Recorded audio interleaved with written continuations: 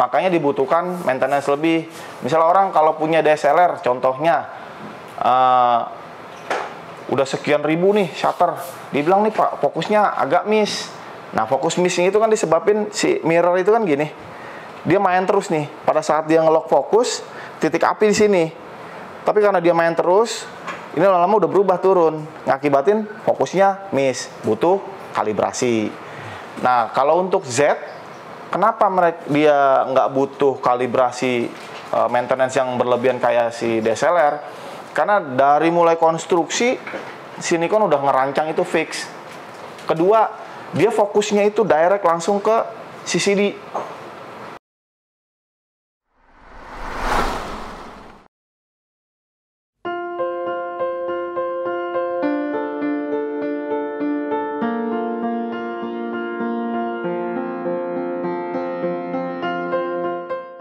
Ketemu lagi di channel YouTube gue dengan Pinky Mirror. Kali ini gue berada di Nikon Alta Service Center, bengkel resminya kamera Nikon.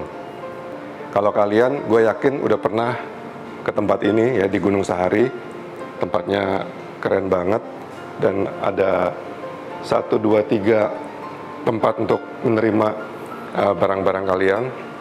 Dan sejak 2000-an awal sih Nikon Alta ini emang reputasi service centernya ini udah sangat bagus ya. Gue termasuk salah satu orang yang dari dulu rajin menggunakan jasa bengkel resmi. Namun kalian belum tentu bisa lihat kan isi perutnya kayak gimana sih, isi bengkelnya kayak gimana. Nah kali ini gue diperbolehkan untuk melihat dan mengetahui proses apa aja yang terjadi ketika kamera kalian atau lensa kalian itu masuk, dan kenapa kalian harus, bukannya harus sih, tapi kenapa kalian sebaiknya memilih bengkel resmi dibandingin bengkel yang lain. Ya karena ya kalau bengkel resmi kan semuanya tuh lebih benar ya, alat-alatnya segala itu canggih-canggih dan mahal gitu loh. Nah tempat lain belum tentu punya. Tapi nggak usah buang waktu, mendingan kita langsung aja ke atas ya untuk melihat. Dengan di sini sih kalian udah bisa lihat sendiri ya, tempatnya enak, adem ya, naruh kamera dan lensa segala tuh aman-aman aja. Prosesnya juga tergolong cepat ya, walaupun ya bukan yang dalam seminggu ya, mungkin lebih sedikit, tapi ya semuanya akan gue tanyakan lah. Oke, gue ke atas dulu ya, yuk. Oke. Halo Pak Pinky. Halo. Halo, Apa kabar? gimana kabar? Sehat? Sehat. Seneng banget nih bisa ngelihat Nikon Service Centernya. Oh iya. Dulu sih gue udah pernah kesini beberapa kali, tapi nggak terlalu perhatiin banget gitu loh. Oh. Nah sekarang pengen ngobrol-ngobrol. Kira-kira di sini nih berapa orang ya pegawainya semuanya? Oh, kalau untuk divisi servis sendiri, kita untuk teknisi sekitar total semua 11 ya. Oh, ada 11. 11. Kalau untuk teknisi sendiri total 8, sisanya itu untuk bagian penerimaan barang Admin. 1 sama spare part 2. Oke, iya. Oke, nah boleh deh dilihatin kira-kira. Oke. Di sini saya mau coba bantu jelasin, mungkin customer di luar atau pengguna Nikon di luar bertanya-tanya seperti apa sih ibaratnya pelayanan after sales-nya Nikon Service Center-nya, dari mulai barang itu masuk sampai dari customer service sampai diterima teknisi, diperbaikin terus sampai kembali lagi ke konsumen. Mungkin sebelumnya udah dijelasin di bawah customer service. Nah, sekarang saya akan bantu jelasin gimana sih rule-nya itu, prosedurnya di lingkungan service. Nah, barang yang diterima kita dari service di customer service dibawa naik ke atas. Dibawa naik ke atas, semua dikumpulkan di admin. Admin ini tugasnya untuk mendata barang servisan untuk nanti disuplai ke semua teknisi. Nah, detailnya itu seperti apa? Seperti ini. Misal, ini barang yang ibaratnya baru masuk, didata oleh bagian admin, lalu diurutin berdasarkan tanggal masuknya dia. Supaya kenapa? Supaya nanti semuanya itu berjalan sesuai siapa yang masuk duluan, dia selesai duluan. First in, first out. Jadi berurut semua. Jadi nanti setiap teknisi itu ngambil berdasarkan urutan yang tanggal masuknya dia. Nah, setelah didata, barang ditaruh, diletakkan. Nah, si teknisi nanti kalau ada yang ibaratnya butuh pekerjaan, mereka lagi nggak ada pekerjaan nih, kosong, slotnya kosong, mereka bisa lapor ke admin, yaitu Pak Beni. Nah, minta kerjaan, nanti dibagi kerjaannya. Nah, terus ke meja teknisi ambil, mereka kerjakan. Nah, setelah teknisi pegang, itu pertama kali yang dilakukan nyocokan antara tanda terima. Contohnya tanda terima kita tuh seperti ini. Nah, di sini kan kalau dari customer service, mereka hanya ngecek laporan dari customer, berikut apa yang dia cek langsung tampilannya. Misal customernya itu masalahnya itu cleaning jamur, error. Nah, dicek di bawah error, dan cleaning jamurnya emang dicek sama customer service error. Nah, di situ dibuat catatan keterangan kerusakan. Naik ke atas, si teknisi ngecek, nyocokkan antara bener nggak apa yang dibuat laporan di laporan tanda terima ini dengan kondisi barangnya, dicek lagi. Biasanya kalau buat teknisi gitu, pendidikannya tuh apa ya yang ininya? Ada pendidikan apa dan khusus atau apa gitu? Kalau untuk teknisi sendiri, kita di sini kan rata-rata backgroundnya itu elektro semua. Tapi kalau untuk elektro itu kan luas ya. Kebetulan kita bergerak di imaging, khususnya kamera. Nah, berarti kan harus tahu ibaratnya produk kamera itu sendiri. Nah, biasanya kita itu di training oleh pihak Nikon Singapura. Oh, di Singapura ya? Di ya? Singapura. Kita di training, setelah training baru kita aplikasikan di sini. Nah, mungkin tadi saya lanjutin lagi yang setelah teknisi terima, dia ngecek antara kerusakan yang diterima laporan di tanda terima dengan real di bodinya, dicek. Benar nggak nih? Misalnya ditemukan ada kerusakan lain yang ibaratnya mungkin secara detail customer service nggak bisa ngecek. Di sini dapat, tapi barang belum diapa-apain, masih dicek dulu sama teknisi. Dilapor lagi ke admin lapor ke konsumen. Jadi konsumen, biar semuanya itu kalau ada hal di luar apapun kerusakan lainnya, konsumen tahu. Nah, setelah itu si teknisi ngecek sampai seberapa jauh tingkat kesulitan untuk memperbaiki barang tersebut, baik lensa ataupun kamera. Nah, tingkat kesulitan itu mempengaruhi nanti kita di sini ada 3 kategori biaya jasa servis, dari mulai minor, middle, major. Oh, jadi ada 3 itu untuk harga servisnya. Ya, nah, kalau untuk minor itu biasanya untuk yang tingkat kesulitannya itu masih rendah lah. Nah, kalau untuk middle itu yang standar aja biasa, walaupun ibaratnya error apa segala macam itu masih masuknya kita di middle. Nah, gimana untuk major? Untuk major itu biasanya untuk hal yang ekstrim, contoh pas jatuh, kena air atau tercebur. Nah, itu masuk kategorinya major karena pengerjaannya itu sendiri sama tingkat kesulitannya itu udah di atas rata-rata. Terus biasanya kalau kerusakan yang paling sering diterima tuh apa yang paling sering?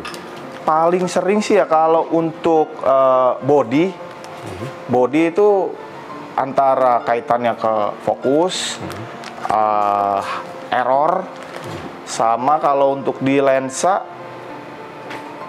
jamuran, cleaning. Body pun ada cleaning CCD.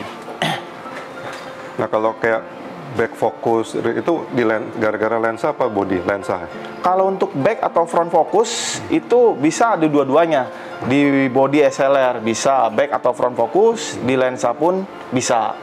Karena kalau untuk masalah fokus itu sendiri kan sebenarnya ada, kalau kita kelompokin ya, ada 2. Pertama, back front.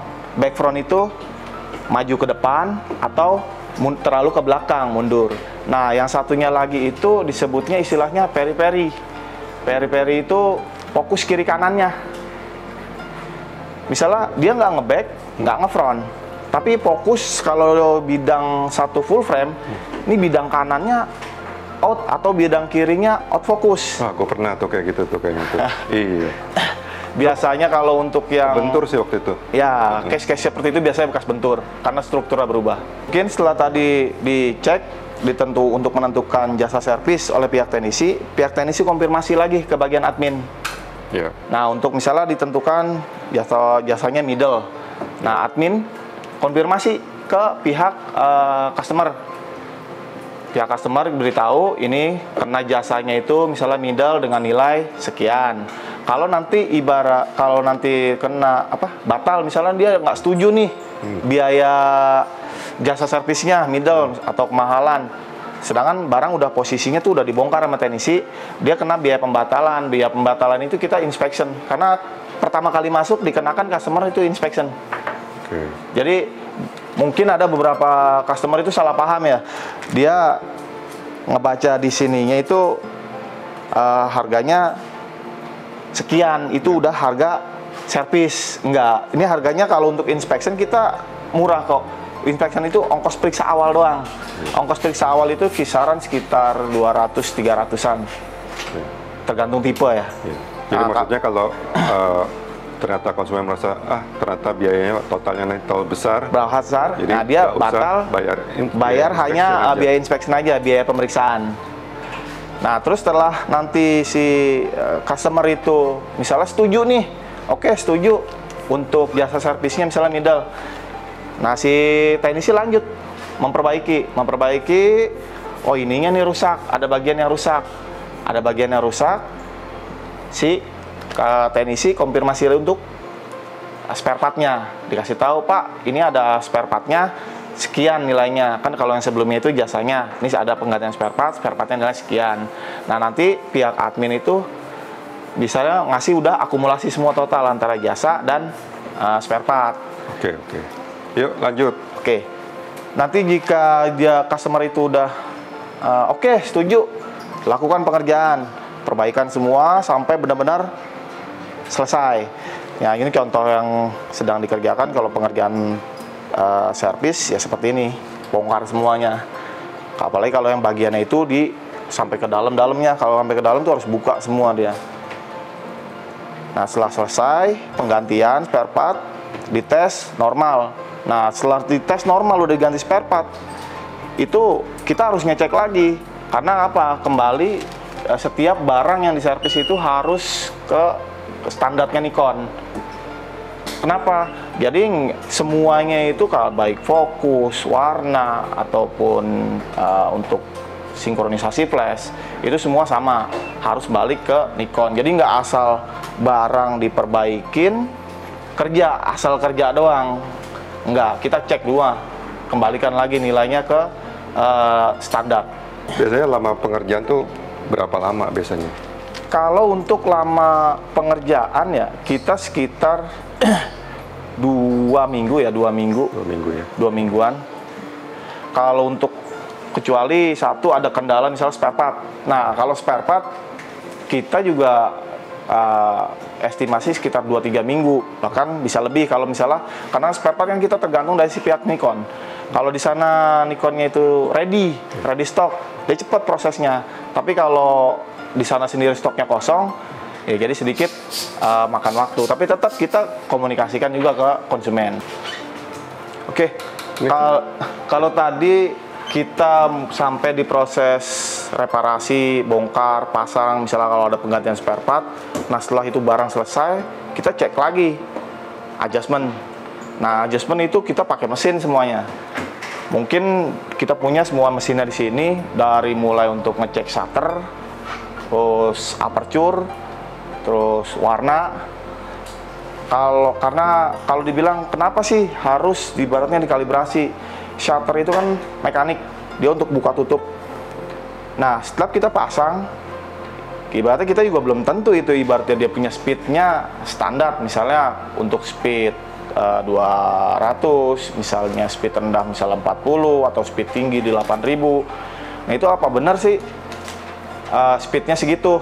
Nah, itu shutter nanti yang ngebaca semuanya. Shutter ngebaca, nanti dia nyocokin, karena teknologi kamera DSLR itu kan digital. Digital itu jadi mekanik, digerakin motor diperintahin sama mainboard. Mainboard itu sendiri dia ada namanya mikroprosesor. Nah, di mikroprosesor itu dia ada data namanya EEPROM. Ya, nanti mekanik itu dia cuma tahunya kerja kecepatan berapa, yang kontrol si prosesor itu melalui data EEPROM. Itu fungsinya adjustment. Nanti adjustment itu yang masukin data ke dalam kamera. Ini jadi adjustmentnya nih semuanya udah alat-alat canggih ini nih ya? Udah, ini semuanya. Mulai dari shutter, untuk aperture, warna, sampai warna sendiri, itu kita tetap kalibrasi. Karena kan boleh kita tahu, banyak brand di luar punya karakteristik masing-masing. Nah, karakteristiknya itu entah dari fokus, dari warnanya. Nah, itu makanya si Nikon ngejaga kualitas. Dia setiap barang yang selesai harus kembali ke standarnya dia. Dan baik warna, setahu gue, Nikon Alta ini service centernya termasuk yang cukup tinggi peringkatnya di Asia gitu. Ya, benar nggak sih? Betul. Ya kan? Kalau untuk service center, kita sendiri sih kan resminya itu kalau di Nikon ada official sama satu lagi distributor. Kalau boleh dibilang kita itu distributor yang boleh dibilang hampir selevel sama official untuk kelengkapannya. Nggak beda jauh kok. Malah kita boleh dibilang di beberapa negara kayak di Filipina atau di mana itu banyak alat yang mereka belum punya. Betul. Kita di sini udah punya. Itu saya udah tahu dari dulu tuh, makanya Nikon Indonesia ini ininya kuat banget ya. Bahkan kalau kayak ada Asian Games kan suka kirim teknisi juga ya, bantu ya. Betul. Oke, jadi alat-alat untuk ngecek itu habis dari adjustment gini kemana ininya? Kalau udah selesai adjustment semua baik lensa maupun body semua udah kembali ke standar. Kita ada terakhir stepnya itu QC. QC di sini itu barang-barang yang udah dites semuanya, dikalibrasi, diperbaikin di QC. Nah, di QC paling nanti dicek lagi, benar nggak, ada masalah lagi nggak. Nah, kalau emang udah selesai dan nggak ditemukan masalah lagi, itu langsung disegel, disegel untuk QC pass, menyatakan barang itu telah selesai dan telah diperiksa QC, lolos QC, oke. Tinggal nanti turun lagi ke bawah diserahkan ke konsumen. Oke, jadi Pak Putra bisa ceritain dikit, kira-kira kan masih banyak yang mikir kalau servis di resmi gitu lebih mahal, lebih apa. Nah, sebenarnya apa keunggulannya kalau kita servisnya langsung dibandingin di tempat lain yang ya mungkin peralatannya nggak secanggih ini segala, kira-kira apa ininya? Oke, pertanyaan menarik. Mungkin jawabannya gini ya, kalau untuk kenapa sih servis di luar mendingan lebih baik servis di Nikon dibandingin di luar walaupun mahal. Terus yang ngebedainnya apa?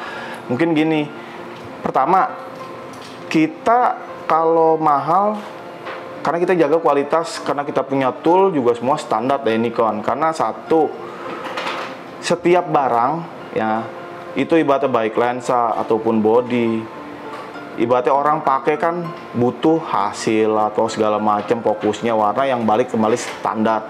Nah, kalau kita punya alat di sini itu dicek semuanya sampai fokusnya atau apa. Mungkin kalau yang hal paling kecil contohnya gini ya, lensa misalnya cleaning, ada 2 buah elemen, itu kalau mungkin di luar mereka cleaning, mereka buka aja, padahal itu nggak asal-asalan dibuka, itu ada kalibrasinya. Kalau itu asal buka, hasilnya hancur, out focus. Nah, sedangkan kita di sini cleaning ya tetap ditekanin tanggung jawab kembali ke fokus lagi, bukan asal masalahnya itu cleaning tapi hasilnya jadi hancur, enggak. Nah, Pak Putra, gue juga pengen tahu nih, kalau sekarang kan udah pelan-pelan udah mulai beralih ke mirrorless ya, ke set ya, dan set itu keren banget. Nah, cuman bagaimana persiapan teknisi di Nikon Service Center ini untuk set ini? Udah pada belajar apa gimana untuk set ini? Iya, kalau untuk Z kita udah training semua dari mulai generasi pertama Z yaitu Z6, Z7 ya. Itu udah training sampai yang generasi berikutnya, sampai yang terakhir. Nah, untuk tool sendiri kita udah siap semuanya, baik yang body maupun lensanya itu udah siap semuanya. Lebih susah apa lebih gampang? Kalau untuk dibandingin susah DSLR ya? Atau gampang, kurang lebih ya sama sih. Tapi mungkin tingkat nanti ketelitiannya untuk sampai bikin hasilnya itu balik lagi seperti semula sedikit lebih rumit di Z. Karena kenapa? Z itu sendiri kan tingkat ketajamannya semua itu udah di atas seri-seri yang DSLR. Mungkin dari sisi itunya aja. Tapi kalau Z itu, Putra pernah cerita sama saya kalau apa namanya, dia kalau udah fokus dia jarang mengalami apa, lensa gitu. Z itu jarang mengalami back focus dan apa ya. Jadi mungkin konsumen di luar banyak yang belum tahu yang bedanya. Kenapa sih Z itu lebih mahal dibandingin seri-seri DSLR? Apa sih kelebihannya? Mungkin saya bisa jelasin dari segi teknologi ya. Kalau untuk DSLR itu mereka masih pakai teknologi double teknologi, itu digital sama manual. Maksudnya itu dari shutter, mereka masih pakai shutter, nggak seperti Z yang ibaratnya udah mirrorless, mereka direct langsung ke CCD. Kalau si DSLR itu masih pakai shutter mechanical untuk ngegerakin si aperture juga. Nah itu kalau kekurangan mechanical itu apa? Ada masa pakai yang mereka namanya mekanik berubah untuk setelannya dia, nanti pengaruh ke fokus. Makanya dibutuhkan maintenance lebih. Misalnya orang kalau punya DSLR, contohnya udah sekian ribu nih shutter, dibilang nih Pak fokusnya agak miss. Nah fokus missing itu kan disebabin si mirror itu kan gini, dia main terus nih. Pada saat dia ngelock fokus, titik api di sini. Tapi karena dia main terus, ini lama-lama udah berubah turun, ngakibatin fokusnya miss, butuh kalibrasi. Nah kalau untuk Z, kenapa dia nggak butuh kalibrasi maintenance yang berlebihan kayak si DSLR? Karena dari mulai konstruksi, si Nikon udah ngerancang itu fix. Kedua, dia fokusnya itu direct langsung ke CCD.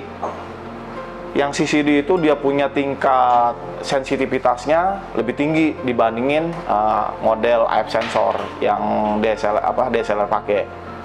Makanya kalau untuk mirrorless itu sendiri, saya bilang hampir jarang dia untuk kalibrasi fokus karena udah dirancang fix, kecuali jatuh kena air yang akibatin dia strukturnya itu berubah, jadi fokusnya itu berubah. Selama kita pakai aman, semuanya aman. Nah terakhir balik ke DSLR lagi, kan ada beberapa yang udah discontinue ya, tapi masih ada yang ini. Nah kalau yang udah discontinue itu kira-kira cadangan spare partnya apa kira-kira sampai berapa tahun tuh biasanya ini disiapin sama Nikon? Kalau untuk DSLR mungkin setelah ibaratnya si Nikon sendiri stop produksi, itu sekitar 5-7 tahun. Itu ibaratnya masih ada spare waktu sampai menjelang spare partnya itu totally discontinue. Itu pun nanti si Nikon masih coba berusaha dia cari stok-stok dari masing-masing official ataupun distributor, mereka yang masih ada simpan stoknya. Itu ya, jadi buat teman-teman penonton Pinky Mirror TV ini juga mungkin info yang menarik ya. Jadi kalau kamera kalian udah dinyatakan discontinue tipenya, misalnya kayak baru-baru ini D500 ya, jadi berarti 5-7 tahun ke depan masih aman. Masih. Tapi sesudah 7 tahun itu ya, dalam 5-7 tahun itu udah cepet-cepet jual lah atau apalah gitu loh. Ya, udah waktunya regenerasi. Karena kan setiap produk itu sendiri kan ada masanya dia pabrik, karena berganti terus. Saya rasa emang 3-4 tahun sih untuk ganti body atau apa sih sebenarnya juga cukup baik ya, karena teknologi terus ditambah, apalagi perubahan teknologi kan peningkatannya drastis banget. Banyak pertanyaan juga yang suka ditanyakan orang-orang tuh, kenapa kalau beli kamera Nikon tapi karena dia BM, kenapa jadinya harga servisnya lebih mahal? Bisa dijelasin kira-kira gimana? Mungkin gini kali ya, kalau untuk yang generasi DSLR, waktu itu memang generasi DSLR itu ada yang garansi kita punya Alta sebagai distributor dan disebutnya barang BM lah di luarnya. Nah, kenapa sih bisa berbeda pertanyaannya? Karena kan kita juga harus memberikan kayak privilege ke setiap konsumen Alta. Jadi kalau nggak ada pembedaan, orang pasti kan ngeliatnya sama aja, nggak ada kelebihannya antara kita beli di garansi resmi ataupun di luar. Nah, makanya itu seolah-olah jadi kita kasih ya ini loh privilege-nya kalau ibaratnya jadi konsumennya Alta. Oh iya Pak Putra, jadi kalau kamera kita nggak rusak tuh sebenarnya ada perlu perawatan berkala gitu nggak sih, maksudnya setelah setiap setahun apa gitu? Kalau untuk DSLR itu untuk perawatan berkala ya, itu kayaknya harus, karena untuk ngecek lagi karena kan mekanik sistemnya dia. Itu apa fokusnya masih standar atau enggak, terus warnanya gimana untuk pengaruh ke hasilnya. Tapi kalau untuk di mirrorless kecil kemungkinannya untuk dicek lagi. Paling cleaning, yang paling rutin itu terutama cleaning CCD. Karena dominan itu kan kalau untuk pemakaian apalagi lama nggak dipakai, disimpan, entah itu jamur, kotor atau apa, itu yang paling utama, cleaning CCD. Waduh, makasih banget nih jadinya makasih nih. Banyak. Ya, sama-sama. Udah dijelasin semuanya.